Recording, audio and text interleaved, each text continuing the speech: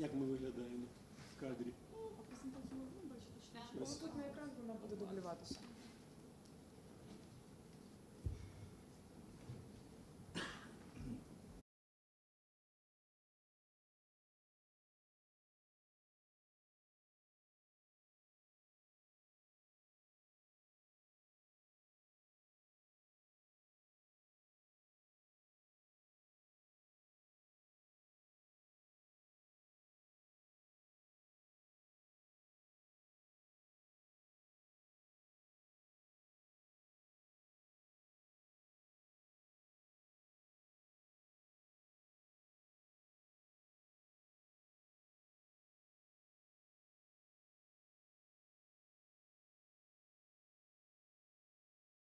До 45. 45 не більше. Я думаю, що так і буде.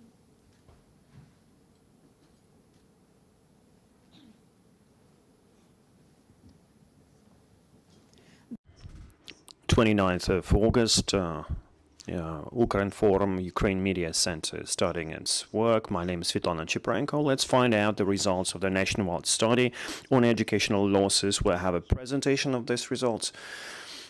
And we have Ruslan, head of the State Education and Quality Service of Ukraine, and Olena Zaplotynska, head of the Access to School Education Initiative, SURGE project, or SURGE. So, what's necessary to do such a study and what were the prerequisites? Hello, greetings, my friends, and thank you for the possibility to present the results of the study.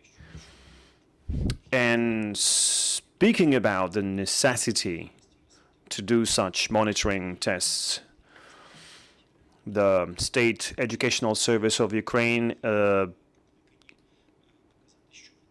it's their job to do such monitoring tests to find out what's happening in the educational domain.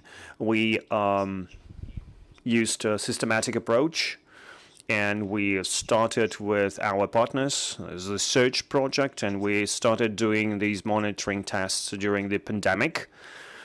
And we were wondering how the pandemic affected the education results. And then we declared, and we had an agreement, we're going to do such tests every year.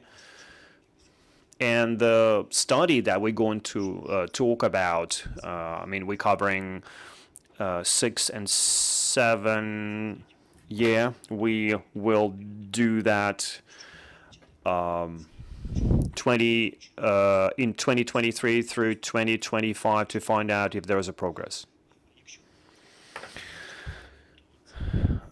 Speaking in more details, this testing is a part of a series of events. So we covered, we surveyed school staffs, parents, to find out whether they think that the war and the pandemic affected the educational process and the test results. And then in September, we'll do another study and we'll measure social and emotional skills acquired by school children. Give me a minute. I will switch the slide. Can you see the presentation? After this survey and before this survey, we came up with several hypotheses that could affect the study results during the war.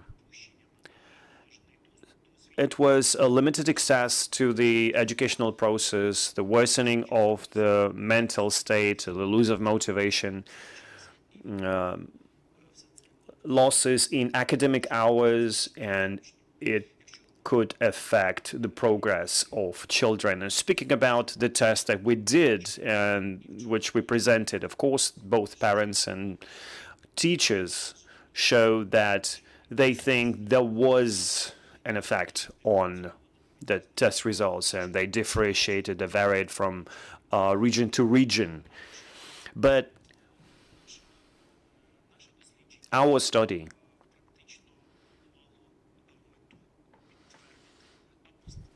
was about to test the assumptions declared by teachers and parents, and we did that. How we did it? Our experts, together with the search team members, designed tests, and experts had a good job on them, and they were QA'd so that they can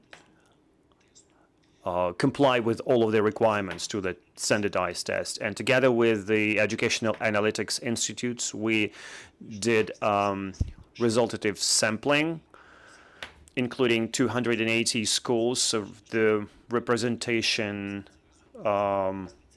requirements, where it should include both villages and cities, both remote and offline education.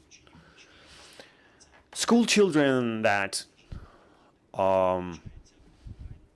study online outside of Ukraine were included, and also school children that are DPOs, IDPs.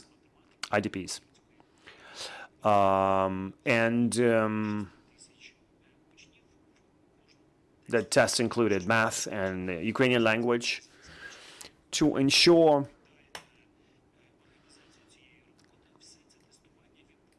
high-quality testing, we did it within schools.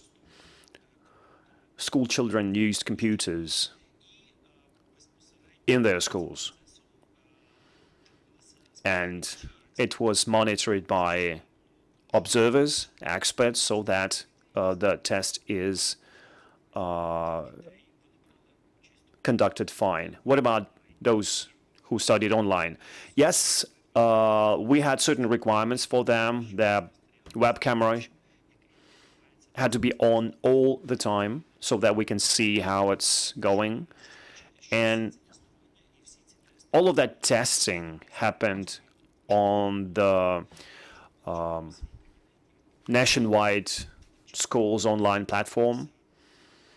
And this is how we organized the work.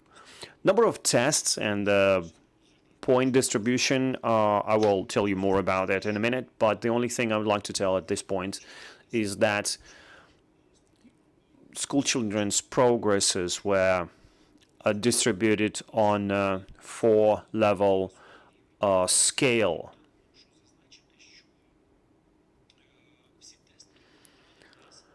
Low, below average, above average, good. And the tests were average. We didn't want to engage any hard tests. So if you ask me about the overall results, and Olena will talk more about that, we can say that the majority of 6 to 8 year students had an average progress. They had 15 to 50% of test points. I would like to point out that 8-year school children had a better progress, and the above average and good level points were better than those of the other students. We tested their cognitive level as well, and when they had to demonstrate their common sense, thinking, their progress was a bit worse. And of course, the progress was affected by other factors we want to talk about as well, and I'm talking about effects of their location, gender, social status, and we'll talk more about that. Well, let's elaborate on that. Olena, can you please tell us about results? What are the gaps and what's the situation in different regions? Yes, we can analyze that by classes and subjects, and let's find out what was the most difficult thing for school children.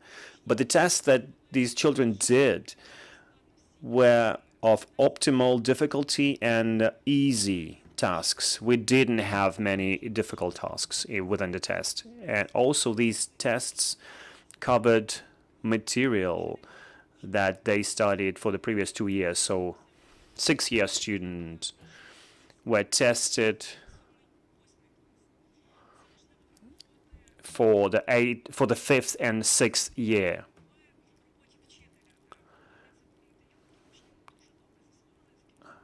And this was the material that they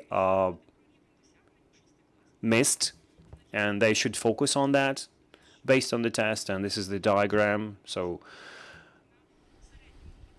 mostly we have a hit on the medium level. They could gain more than a half of the points that they were supposed to get for a test. And also there are 7% of children, they had a basic level. They only could do a couple of tests, couple of tasks. And speaking about the secondary school, they were a bit around the average, and this is the subjects they worked with. The math tests included 4 different subjects. You can see them here. And the most difficult thing was geometry, geometric shapes and geometric numbers, and they didn't do a good job. Only a small percentage could complete all the tests. And in 6th year, geometry, the children started to study geometry only when they went online, when the pandemic started. So they started studying the abstract subjects online. This is why the result was so poor. 8th year school children, you can see the results on the screen. This is mathematics on the left and Ukrainian language on the right. Yes, they most of them are around average, but at least we have more percentage of children that reached the above average and high level. And it's mostly affected by the test itself more than their achievements. This is the test for Ukrainian language, 8th year. These are the different subtopics of the subject. That's what they learn in this 8th year. And these subjects, they did a poor job on some of them, and the results are pretty unstable. So these are the results. Their achievements is not something they can rely on when they change the year. And now these people, they leveled up to the 9th year, and this is something that has to be considered for the 9-year students. The tasks were designed so as to consider 3 different cognitive levels: knowledge, application, and common sense. And they do a better job with knowledge, like they can recall something or they can manipulate numbers, mostly simple tasks. When they need to use common sense or cognitive process or applying knowledge in a specific situation, they don't do such a good job with that. And these are the tasks that they didn't do a good job with that. They had a pizza box and they wanted to find the area of the surface. If the pizza is 17 centimeters in diameter, it's pretty simple tasks. Only small number of children completed the test. They had to model, they had to apply their knowledge in specific situations, so it was pretty difficult for them. Ukrainian language. For 6-year school children, they had to use their competencies in reading. I mean, to read and understand what they read. And it was a pretty difficult task for 6-year students. They had to read the text and understand the point of the text. Only 11% of school children completed the test. And this is something to reflect upon. The same situation with the 8th year. Like in mathematics, they had to recognize geometric shapes. Pretty easy tasks. Some school children completed these tasks, but when they had to use analysis or common sense, it was more difficult for them. You can see an example here. They had to model speed of movement against the flow of a river.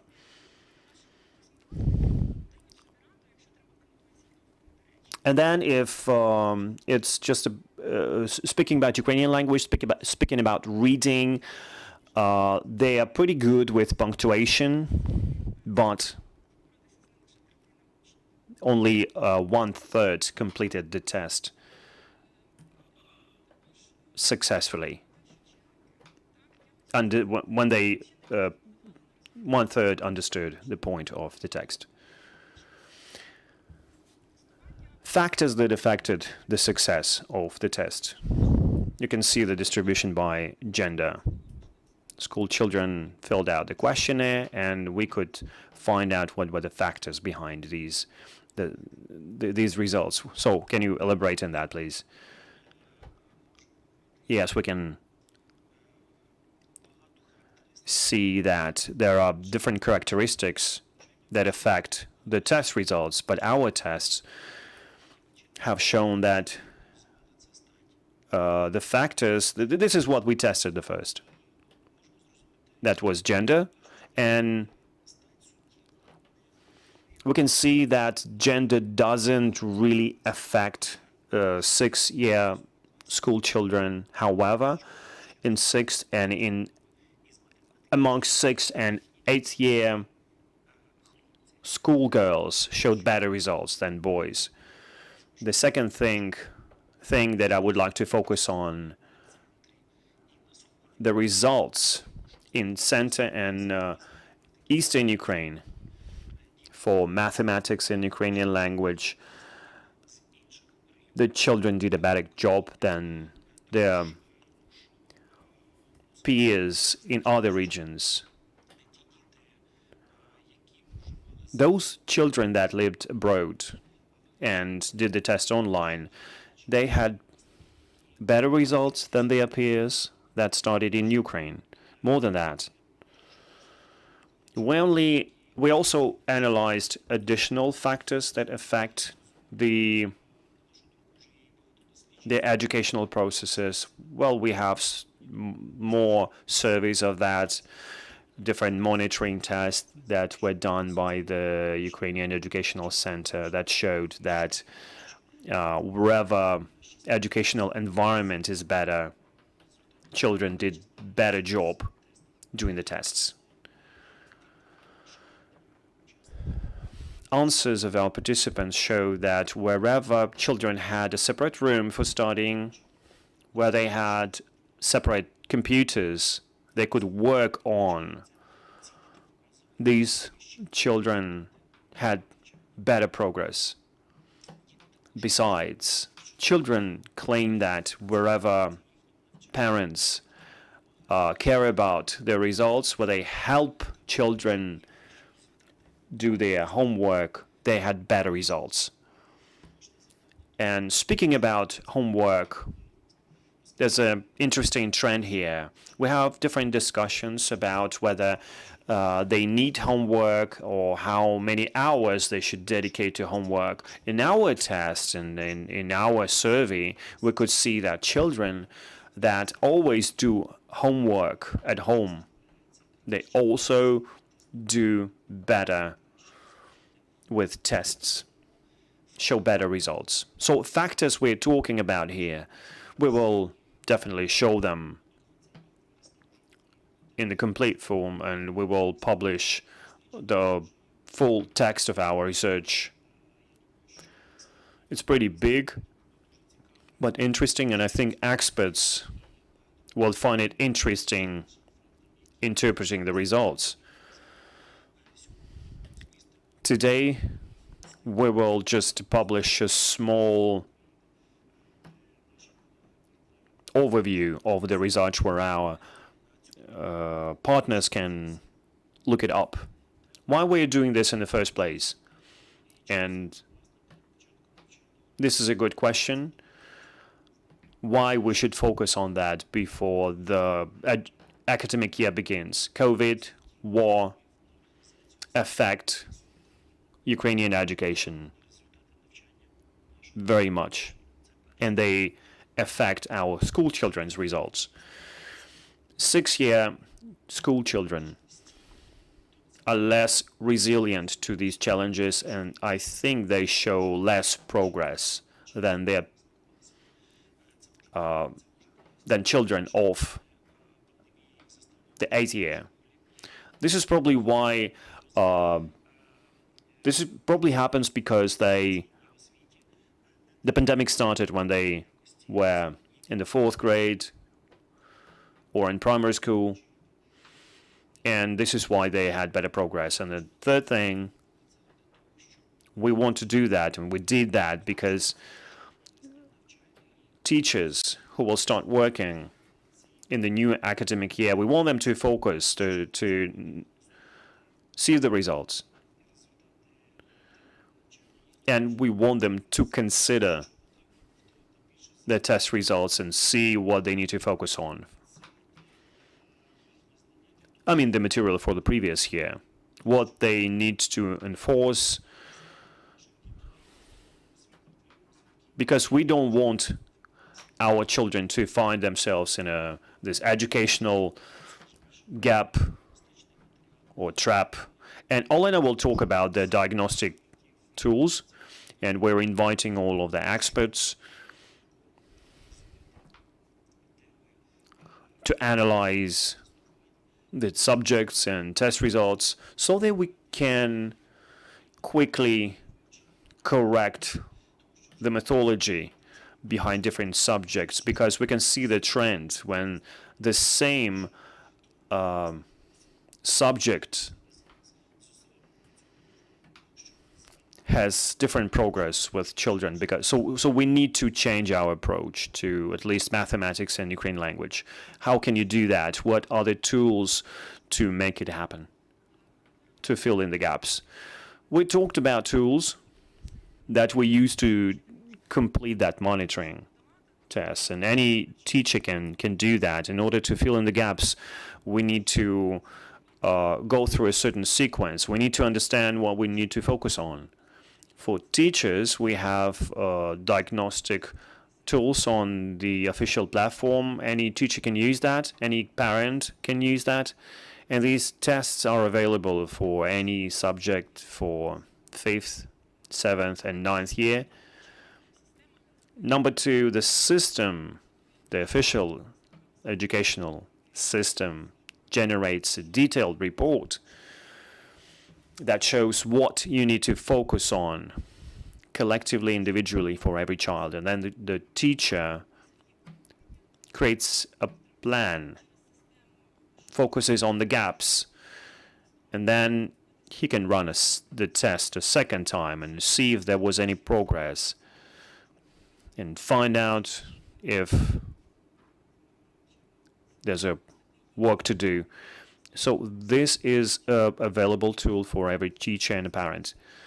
Do I understand you correctly that this test is focused on specific schools in order to fill the gaps locally? Because I think you raised a serious question.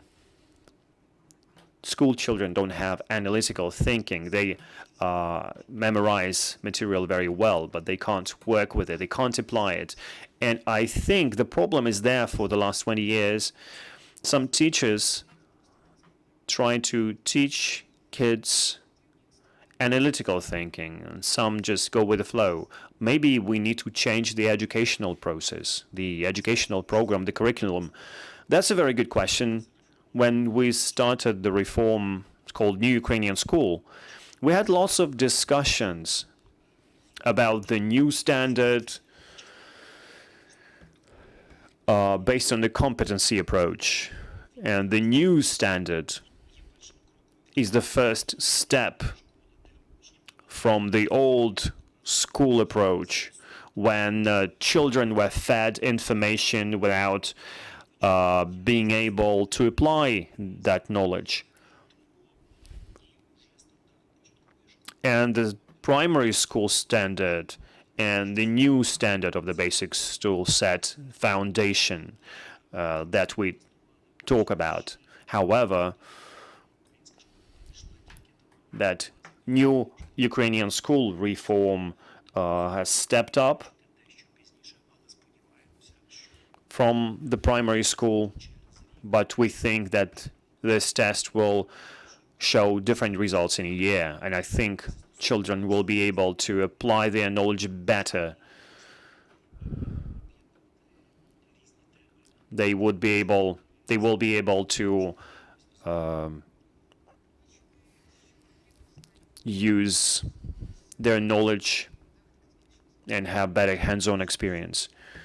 Do you have previous results, tests you could compare with, and to find out whether any change from before, from the pre-COVID era? Well, we are not talking about specific educational losses because this is the baseline research. This is the first research like that, so we will be able to talk about a trend when we do a second and maybe third study next year. Why did you cover 6th to 8th year students? Because we developed our diagnostic tools for these years. When kids level up to the 7th year, they have new subjects and they need analytical skills. And also the 9th year, it's a new level, new educational level. So we wanted to focus on these categories, on these educational levels, and I think we still have time to fill in the gaps before they switch to 9th year. Let's switch to the Q&A session. Do you have any questions? Yena Onishenko, Ukrinform. I have a question for you. How do you think we can overcome these educational losses? Maybe we can just use Western experience after COVID, using mentors, individual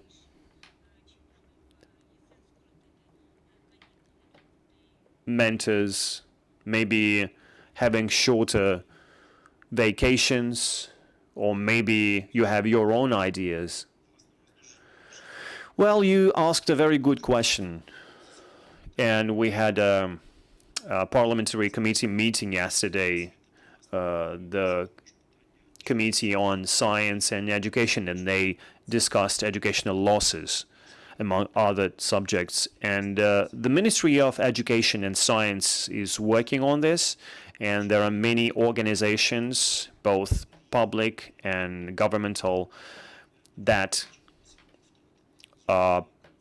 propose different models. The only concept that could resolve the problem doesn't exist. This is why we need a synergy of different efforts to understand what steps should be the first to fix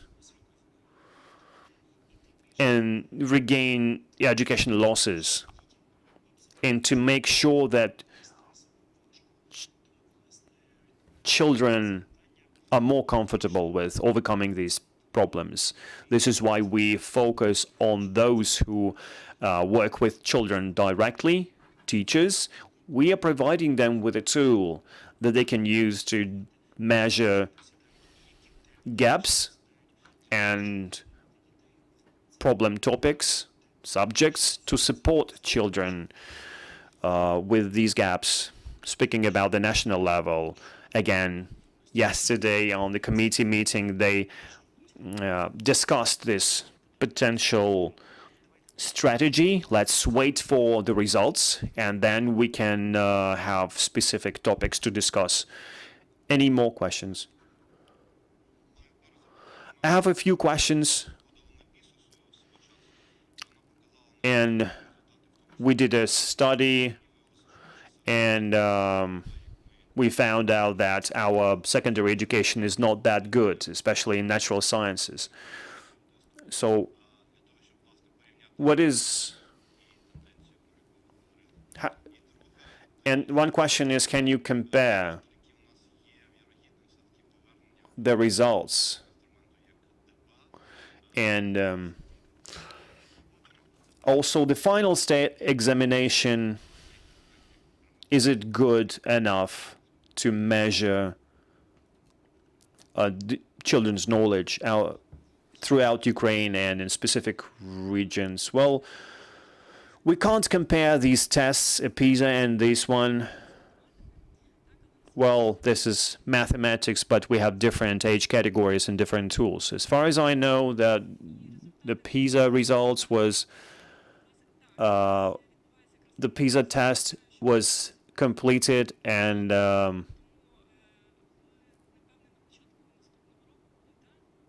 results will be available not next year, I think. Next year, yeah, right. And your second question about the final state examination, well, this is a question to the representatives of the Center of the Educational Quality. And the ministry approved the test. And as far as we know, they have a plan to design the new final state examination, and they have some plans to change it. The PISA report will be available on the 6th of December 2023. According to my information, it was completed, it was analyzed, but there are specific requirements for it to be available online. But PISA results for mathematics confirm our results. They correlate, definitely. And I guess after this report is available, we can have more discussion. Speaking about final state examination, well, we can do it next year, in fourth year, ninth year, so I guess it's going to happen. Thanks a lot. Well, hopefully your study will help us fill these gaps that we have in our educational system. And well, to remind you, we talked about educational losses, and at 12 o'clock we'll talk about the harvesting campaign and exporting Ukrainian food products. Stay with us.